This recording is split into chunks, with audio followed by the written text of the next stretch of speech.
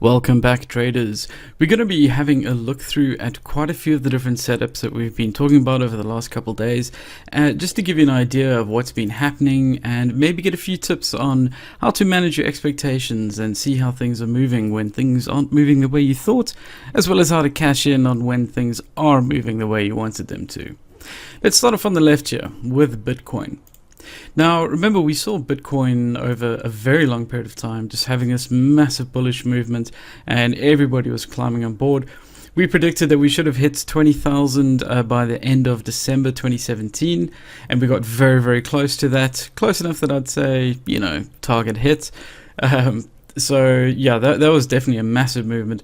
And then we saw that it started coming down since then. And we've had these downward movements. We saw that it was trading within a range across here. It bounced off the lower support line again, came up, and then it looked like it was resisting off that support line, and then we had this big fat candle giving us a short position. And now if we start following the general rules that we learned in Forex trading on how to tell which direction the market is moving, just by following highs and lows, we can see that this has actually turned into a bearish movement now. Now, while this has been a pretty big short that's happened since December last year, we can't call this a bubble popping yet. When we talk about a bubble that has burst, it is massive drops incredibly quickly. You can see stock prices returning to what they were several years ago. And if we have a look at Bitcoin, yes, it has fallen down, but it is no way close to as low as where it was back in 2014, 2013, that sort of era. So I can't say for certain that this is a bubble that's popped. It seems to be trading more like a regular currency now, where you have these bullish and bearish movements. Now, this can take a bit of the excitement off Bitcoin because it's no longer just a case of, well, buy Bitcoin and make money. Now you have to actually start trading it, but that's fine because we've been learning how to trade the Forex market and how to analyze these sort of movements. If you haven't already, make sure that you've got our free online course. It's available at jpmarkets.co.za. Just go to education, you fill out the form there, and you'll get access to the online course at no charge. When we're looking at Bitcoin, we can see here that we've had several highs that are coming lower. We have had a high at this point here. This was another high, then another high down here. And this is very messy. There's no perfect high, although this could be considered a high. But we could say that this region would be a high, and it looks like another high is forming at about this level. It's not perfect yet because we haven't really seen the turn down. But, gun to my head, I would say that this would be another high. And these have all been moving down.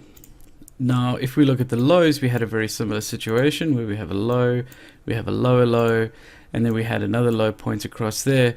But now, if this does turn down here, and this would then be confirmed as a low, it appears to be a higher low, which starts us looking into the territory where we might be having some kind of triangle forming, like this. So the market would be undecided. In this case, we are saying that the market is squeezing, it's moving into a place, and we could either see a continuation or a shift in direction, but at some point coming up soon, later today or tomorrow even, we'll be seeing Bitcoin make another decent movement. So it's a good idea to have a look at these lines and see what's happening, see that the market is squeezing, and wait for it to pick a direction, hop on, and then, move along with that. But always wait for your confirmation. Let's have a look at Ethereum, which has also been pretty interesting.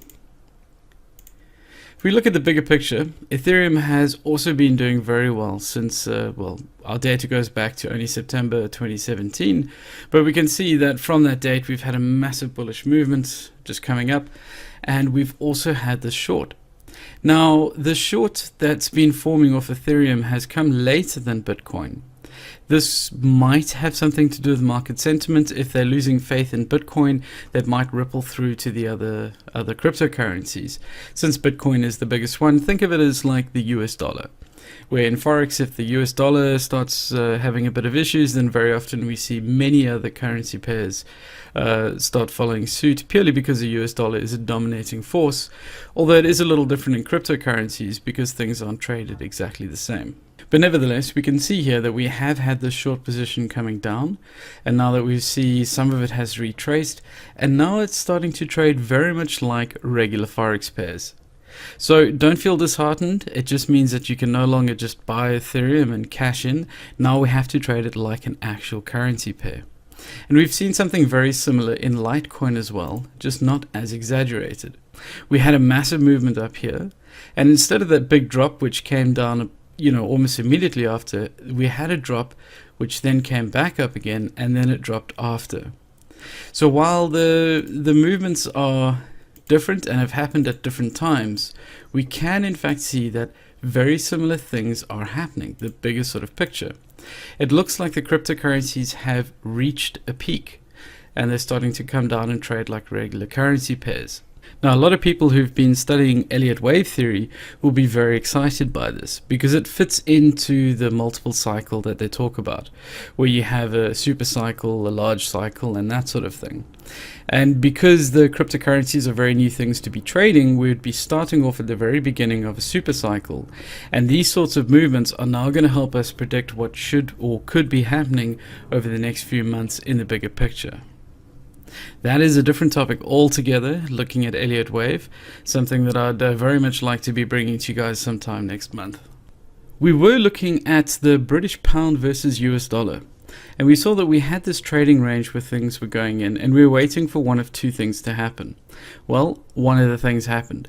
As we mentioned in the old video, we wanted a large candle to open and close across it, so a big fat candle that crosses the line completely, and it looks like we had that coming out of the British pound US dollar.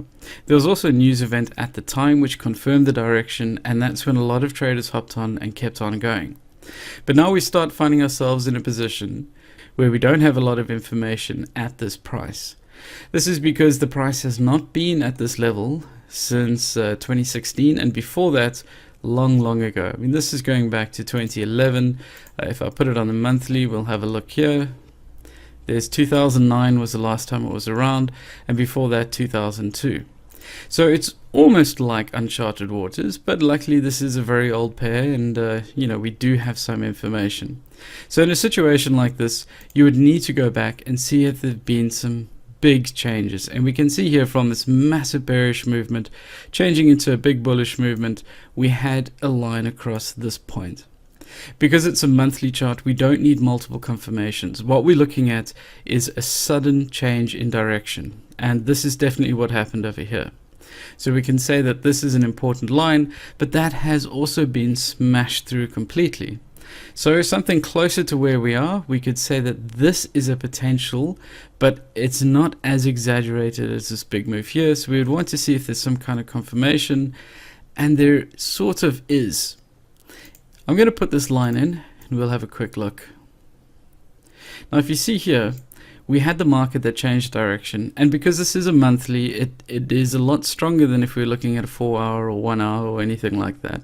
But still, we'd like to see some other action happening at this price, and we can see that we did have support around this level, but not really dead on. So I'm not too convinced that this would be a good thing to be trading off of, but I would certainly consider this line as being something to look out for.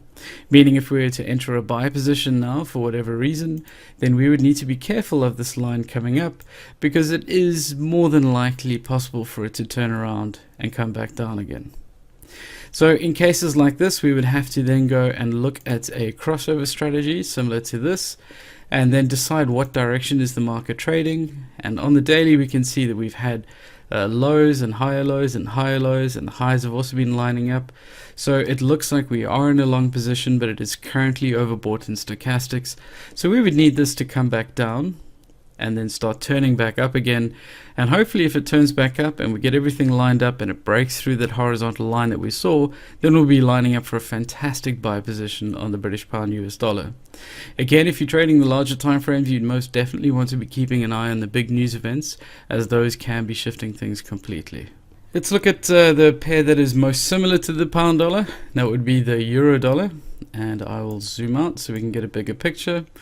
Here we saw that we had a very long-term ascending trend line forming off the bottom here, and we saw that we had an important horizontal line of resistance, and once again we were waiting for it to break out. And if that looks familiar to you, that is because it is a very similar thing that happened here when we had that line drawn in. So we've seen the breakout that's come and it's formed, and now we're trying to look for data. So we're going to have to look at the bigger picture, and we've had no data across here. And again, if we go back to the weekly, we can see that the last time the price was about this level was in 2014 already. Now we have this horizontal line drawn from this point, and we can see that it was confirmed back here. That is definitely close enough to be considered. And then the next one is all the way back in 2008. Now this information is very old, so we can't say it's too reliable now. So I would not use this as a reason to enter, but I would definitely use this line as a confirmation of some kind or something to watch out for. So if we were to enter a buy position, then this line would be a stumbling block that we have to cross.